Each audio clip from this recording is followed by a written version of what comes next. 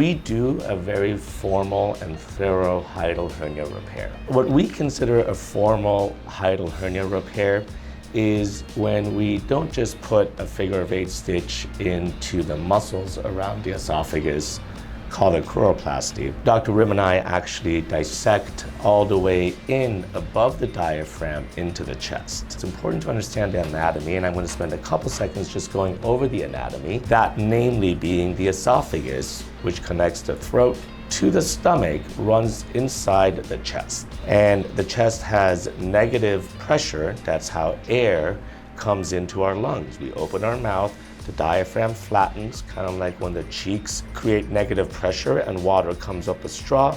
That's how we breathe. The diaphragm flattens, creates negative pressure. End of the esophagus, which is a sphincter, is inside the chest. It is inside the chest where it shouldn't be. There's going to be negative pressure. The abdomen on the other side has positive pressure. So when Dr. Rim speaks about the formal hiatal hernia repair or thorough hiatal hernia repair, we dissect and we pull down the esophagus and the junction of the esophagus to the stomach into the abdomen. And we do a very tight repair of the diaphragm muscles around the esophagus, very tight. And that is successful, as he said, in keeping the incidence or how often heartburn happens after that down.